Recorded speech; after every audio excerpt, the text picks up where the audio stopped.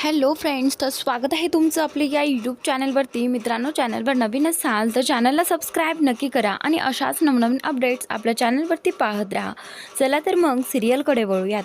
तर आता इथे इंद्रा जो आहे तो आबांना विचारत असतो की आबा, तुम्ही नक्की कुठे होतात आणि हे सगळं कसं झालं ते मला सांगा.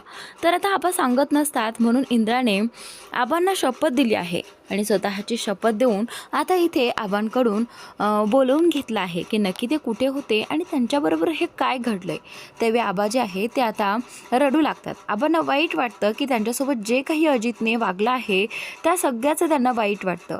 त्यावेळी इंद्रा जो आहे तो बोलतो की आबा, तुम्ही मला एकदा सांगा की तुमच्याबरोबर नक्की काय झालं, मला सांगा तर बघू. मला आता राहवत नाही आबा, प्लीज रडू नका, तुम्ही शांत व्हा. तर त्यावेळी इंद्रा आणि राणी कसेबसे आबांना शांत करतात आणि त्याचनंतर राणी आबांना समजावते की आबा, हे पहा, तुम्ही काळजी करू नका, फक्त एकदा आम्हाला सांगा की तुमच्याबरोबर काय घडलं आहे आणि तुम्ही कुठे होतात. तर त्यावेळी आबा जे आहे ते आता राणी आणि इंद्राला सांगू लागतात की काही नाही, मी फक्त दादासाहेबांना भेटण्यासाठी घरी गेलो होतो आणि तिथे गेल्यानंतर अजितने माझा अपमान केला. अजितने मला तिथेच गेटवरती ढकललं आणि मला लागलं. तर असं बोलल्यानंतर इंद्रा लगेचच आबांपाशी येतो आणि बोलू लागतो की काय, अजितने तुम्हाला ढकललं, अजितने तुमचा अपमान केला, याची एवढी हिंमत. तर आता इंद्रा जो आहे तो प्रचंड तापला आणि बोलतो की त्याची हिंमत कशी काय झाली तुम्हाला हात लावण्याची. राणीलाही खूप मोठा धक्का बसतो.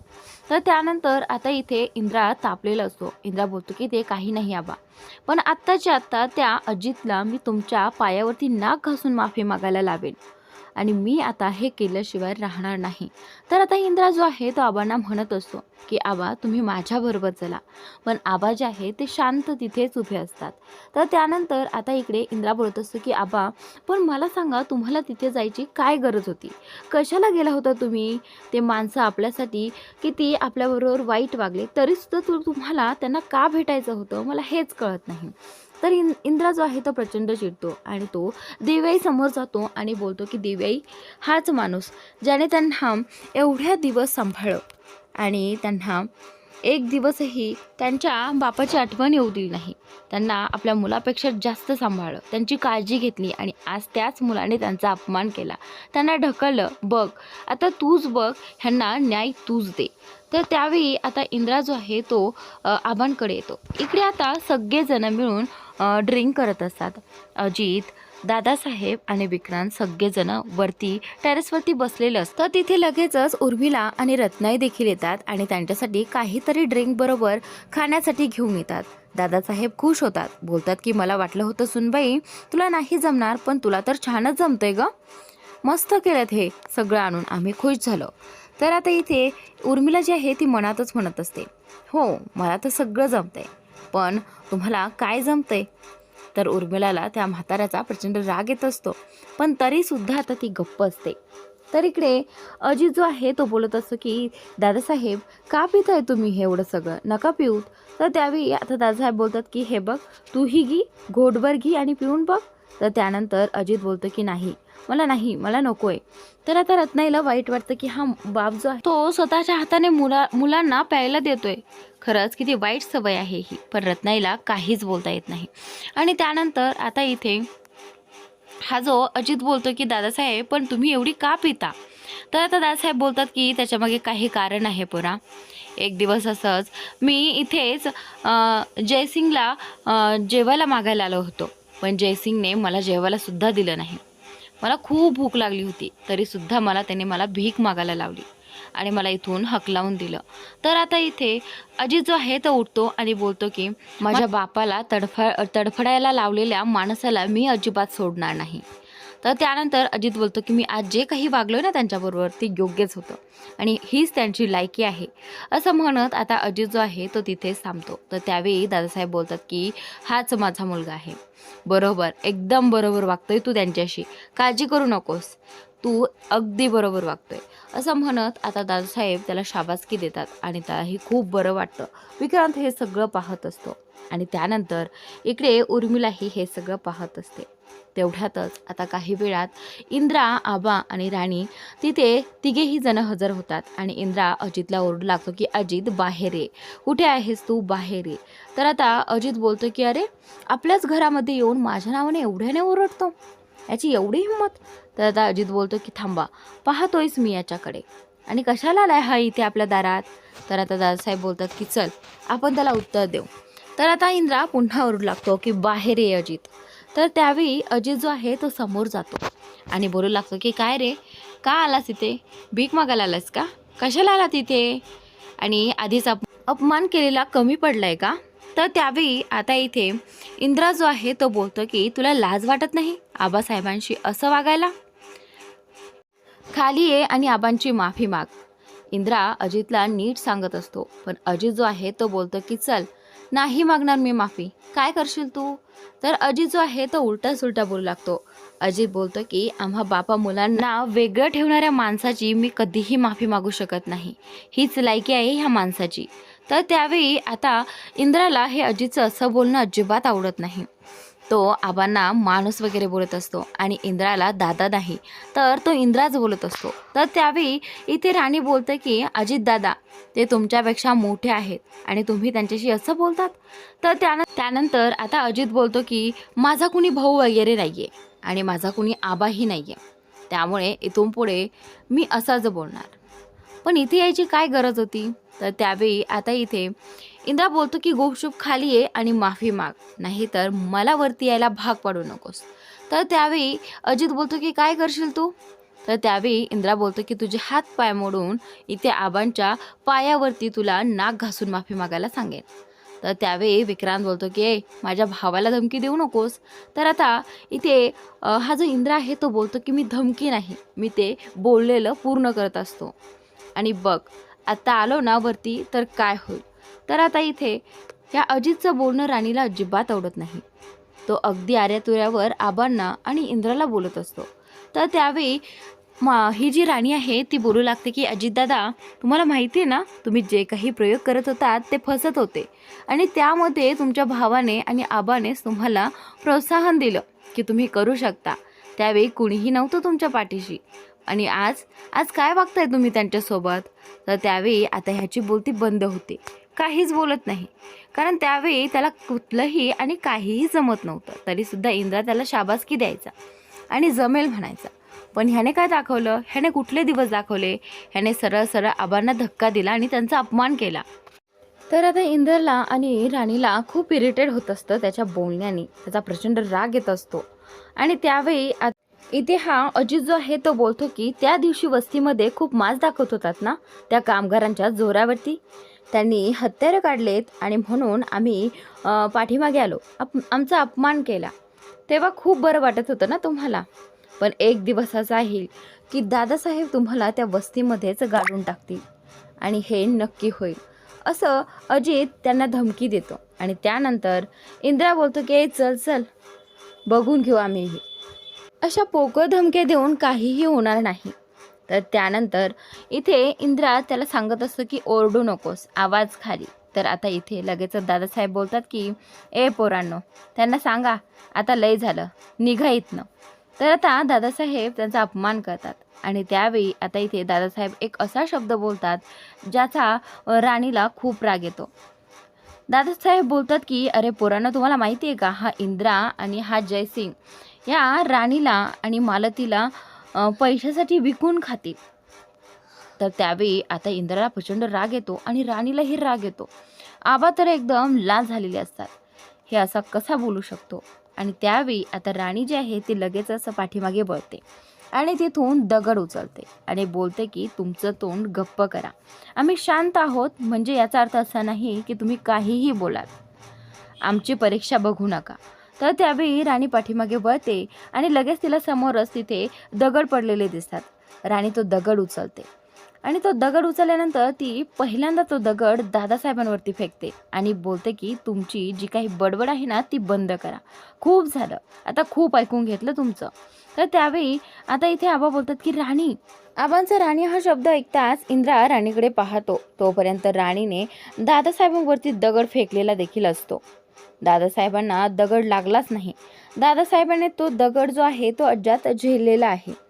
तोंडाला लागण्याच्या ऐवजी त्यांनी हाताने तो पकडलेला आहे. आणि इथे आबांना जे पाहायचं होतं, ज्यांना त्यांच्यावरती डाऊट होता, ते आबांचा डाऊट क्लिअर झालेला आहे. दादासाहेबांना तो दगड उजव्या हाताने पकडला. खरं तर दादासाहेब डावखुरे होते आणि इथेच आबांचा डाऊट क्लिअर झालेला आहे. आबांचा हा सगळा प्लॅन असतो. फक्त राणी आणि आबालाच हा प्लॅन माहिती असतो. तर त्यावेळी राणी जी आहे तीही ते सगळं पाहत असते आणि राणीच्या प्लॅनमुळे आता आबांना कळालं आहे की हा माणूस दादासाहेब नाही आहे. कुठेतरी आल्यापासून त्यांना हे खटखट होतं की हा माझा भाऊ असू शकत नाही. रत्नाईला या सगळ्या गोष्टींचं वाईट वाटत असतं, पण तरी देखील त्यांना काहीच करता येत नाही. इकडे दादासाहेब बोलतात की हे जे काही झालंय ना, ते सगळं खूप महागात पडेल. इथनं निघा, नाही तर काहीही घडेल. तर आता इथे आबासाहेब जे आहे ते इंद्रा आणि राणीला बोलत असतात की चला इथून आपण जाऊयात. तर त्यावेळी इंद्रा जो आहे तो आबांना बोलतो की नाही आबा, जोपर्यंत हा अजित तुमची माफी मागत नाही तोपर्यंत मी इथून जाणार नाही. इंद्रा जो आहे तो बोलतो की आबा मी याला दाखवतोच, असं म्हणत तो आता गच्चीवरती निघालेला असतो. पण आबासाहेबांनी मध्येच इंद्राला थांबवलेलं आहे आणि तेही शपथ दिली नसती तर कदाचित आत्तापर्यंत इंद्रा वरती देखील गेलेला असतो आणि अजितला फरफटत खाली देखील आणलं असतं. मग मज्जा आली असती खरं तर. पण आता आबांच्या शपथेमुळे इंद्रा इथे थांबलेला आहे. इंद्रा बोलतो की आबा का तुम्ही मला शपथ दिली, याचा माज आत्ताच उतरवला असता आणि आत्ताच मी तुमची माफी मागायला लावली असती. तर त्यावेळी इथे आबा बोलतात की हे बघ इंद्रा, बळजबरी माफी मागण्यात काही पॉईंट आहे का? हे बघ मला नको आहे अशी माफी. चल आता आपण इथून निघूयात. मला जे हवं होतं ते मी केलं आहे. तर आता इंद्रा बोलतो की काय, तुम्हाला जे हवं होतं ते तुम्ही केलं आहे म्हणजे नक्की काय केलं आहे तुम्ही आणि काय हवं होतं तुम्हाला? तर आबा बोलतात की इंद्रा तू अगोदर माझ्यासोबत चल, मी तुला सगळं नक्की सांगेल. असं म्हणत आबांनी इंद्राचा हात पकडलेला आहे आणि इंद्राला तिथून घेऊन चालले आहेत. तर त्यावेळी इथे दादासाहेब जे आहे ते जाता जाता बोलतात की असाच इथून पुढे माना खाली घालून चालण्याची सवय लावायची. इथून पुढे डोळे वर करून पाहण्याची हिंमत देखील करायची नाही. तर तेवढ्यातच राणी हे ऐकते आणि राणीला राग येतो. राणी मागे येते आणि बोलते की या राणीला मान खाली घालून चालण्याची सवय नाही आहे आणि ही राणी एक दिवस असा आणेल की जेव्हा तुम्हाला मान आणि डोळे दोन्हीही खाली झुकायला लावेल. आणि हा माझा शब्द नाही तर हा माझा स्वभाव आहे आणि ते मी करून दाखवते. तर असं म्हणत आता राणी इथून चाललेली आहे आणि राणीचं हे जे काही बोलणं आहे ते दादासाहेबांना अतिशय लागलेलं आहे आणि राणीचा प्रचंड त्यांना राग आलेला असतो. ही कशी बोलते मिरचीसारखी, असं दादासाहेबांना इथे होतं आणि तिच्या बोलण्याचा खूप राग येत असतो. अजित देखील आणि विक्रांत देखील हे सगळं पाहत असतो. रत्नाईला हे सगळं नको असतं, पण आता काहीही होणार नाही आणि हे जे काही भांडण आहे ते आता मिटणार नाही हे त्यांना कळून चुकलेलं आहे. तर सगळे काही वाद जे आहेत ते वाढत चाललेले असतात. राणी आबांना आणि इंद्राला बोलते की चला आपण निघूया तिथून, असं म्हणत सगळेजण ताटमानेने तिथून चाललेले असतात. तर आता इथे दादासाहेब जे आहेत ते पाठीमागे येतात. इकडे इंद्रा तनतन करत पुढे येतो आणि आबांना बोलतो की आबा मला सांगा तुम्ही का गेला होता तिथे, काय गरज होती तिथे जाण्याची आणि तुम्हाला मी आधी सांगितलं होतं की नाही जायचं म्हणून. मला सांगा तुम्हाला काय हवं होतं ते तिथे झालंय. मला काही कळलंच नाही तुमच्या बोलण्याचा काय अर्थ होता. तर आता आबा बोलतात की इंद्रा आपण घरी जाऊन सगळं काही बोलूयात, इथे बोलण्यात काहीच अर्थ नाही. तर राणी बोलते की नाही आबा, तुमचं नक्की काय चाललं होतं ते आम्हाला कळायला पाहिजे. सरांनी खूप पेशन्स दाखवला, तुम्ही त्यांना नक्की सांगा की काय झालंय आणि कसं झालंय आणि काय करायचं होतं. तर त्यावेळी आबा आणि राणीमध्ये थोडंसं पाठीमागं दाखवतात. आबा इंद्रा आणि राणीला बोलले होते की मला दादासाहेबांना भेटायचे, पण इंद्राने इथे नकार दिला होता आणि तरीसुद्धा दादासाहेबांना भेटण्यासाठी आबा गेले होते. आणि त्याच नंतर आता इथे राणी आणि आबामध्ये बोलणं झालं होतं की आबांना वाटतं की ते दादासाहेब नाही आहेत. इंद्राला हे माहीत नसतं, पण राणी आणि आबांमध्ये हे बोलणं झालं होतं. तर त्याचमुळे आता त्यांना त्यांचा डाऊट क्लिअर करायचा असता म्हणून राणी आणि आबांनी प्लॅन केला. पण इंद्राला याबाबत काहीच माहिती नव्हतं. तर त्यानंतर आता इथे आबा जे आहेत ते बोलतात की इंद्रा राहिलेलं आपण घरी जाऊन बोलूयात. तर त्यावेळी राणी बोलते की हो सर, मालती मॅडम सरांची आबांची वाट पाहत असतील, चला आपण जाऊयात आणि घरी जाऊन आबा सांगतीलच सगळं काही. तर आता इंद्रा बोलतो की राणी मला इरिटेट होतंय, मला कळत नाही आहे की हे सगळं काय झालं आणि का करतायत आबा हे सगळं. त्यांच्या जीवाशी बेतलं असतं मग काय केलं असतं. तर त्यानंतर आबा बोलतात की इंद्रा मला कळतंय तुझे काय हाल झालेत. चल तू आधी चल घरी चल आणि मी सगळं काही सांगतो. तर आता राणी आणि आबांनी जो काही प्लॅन केला होता त्या बाबतीत इंद्राला आबा आणि राणी दोघेही जण सगळं काही सांगणार आहेत. तर आता आबा राणी इंद्रा हे तिघेही जण घरी पोहोचतात. तर घरी गेले गेल्याच मालती पाहते आबांना की हे सगळं काय आहे आणि कुठे गेला होतात तुम्ही, तुम्हाला काय झालंय. तर त्यावेळी आबा बोलतात की मालती अगोदर मला पाणी आण आणि मला बसू देत. तर मालती जाते आणि त्यांच्यासाठी हळद वगैरे घेऊन येते. राणीने त्यांच्यासाठी पाणी आणलं आणि आता मालतीचे प्रश्न इथे सुरू झाले की एकदा थांबत नसा. तो मलाही माहीत आहे ही मालती कशी आहे. तर त्यावेळी ती आता आबांना तिथे लागलेल्या जागी हळद भरवते आणि विचारू लागते की सांगा मला सांगा कुठे गेला होतात आणि काय केलं, हे कसं लागलं, तुम्ही पडलात का. तर त्यावेळी इंद्रा बोलतो की आई तुला माहिती आहे का हे त्या दादासाहेबांकडे गेले होते. तर मालती बोलते की काय दादासाहेबांकडे, पण का, कशाला गेला तुम्ही तिथे. तर त्यावेळी इंद्रा सांगू लागतो की त्या अजितने तिथे गेल्यानंतर आपल्या आबांचा अपमान केला आणि तोच मला सहन झाला नाही. मी तर ना त्याला फरफटत आणलं असतं आणि आबांची माफी मागायला लावली असती, पण आबांनी मला थांबवलं ना, काय करणार मी. तर आता इथे मला तिला राग येतो आबांचा की का गेले होते तुम्ही तिथे स्वतःचा अपमान करण्यासाठी, एवढं सगळं माहीत असून सुद्धा. तर आता इंद्रा आबांना जाब विचारत असतो की सांगा आबा का केलं तुम्ही हे सगळं, ह्याच्यामागचं नक्की कारण काय होतं. तर त्यावेळी आबा आता इथे गप्प बसतात आणि बोलतात की इंद्रा मला जे हवं होतं ना ते मला मिळालं आहे. पण आता इंद्रा बोलतो की पण काय आबा, मी आता इरिटेट होतोय, सांगा ना मला. तर त्यावेळी आबा सांगू लागतात इंद्रा तुला माहिती आहे का दादासाहेब जे आहे ते डावखुरे होते आणि हा जो कोणी माणूस आहे ना तो उजव्या हाताने सगळं काही करतोय. म्हणजे मला असं म्हणायचं आहे की हे जे काही माणूस आहे ना तो दादासाहेब नाहीच आहे. पहिल्या दिवसापासून आल्यापासून मला खटकतंय की अचानक दादासाहेब कुठून आले, एवढ्या दिवसात ते आले नाही आणि अचानक कुठून आले. त्यामुळेच मला त्यांच्यावरती डाऊट आला आणि मी ठरवलं की माझा संशय खरा ठरवायचा. तर आता मी आणि राणीने तो प्लॅन केला आणि मला त्या प्लॅनमध्ये कळलं की दादासाहेब जे आहेत ते डावखुरे होते आणि हा माणूस उजवा आहे आणि म्हणूनच आता सिद्ध झालं आहे की हा माणूस दादासाहेब नाही आहे. पुढील भागात इकडे विक्रांत उर्मिलाला म्हणत असतो की आणखीन खूप काही घडतंय आणि तुला त्यातलं काहीच माहीत नाही आहे उर्मिला. तर आता राणी बोलत असते की मला एवढे पुरावे काफी आहेत, खूप आहेत माझ्यासाठी. तर त्यावेळी इंद्रा बोलतो की नाही राणी एवढ्या पुराव्याने नाही होणार, आपल्याला आणखी पुरावे हवेत. पण राणी जी आहे ती आता हट्टाला पेटली आहे आणि लवकरच ती सिद्ध करेल की तो माणूस दादासाहेब नाहीये. तर मित्रांनो आजचा भाग इथे संपतोय, पुढील भाग नक्की पहा आणि चॅनलला सबस्क्राईब नक्की करा.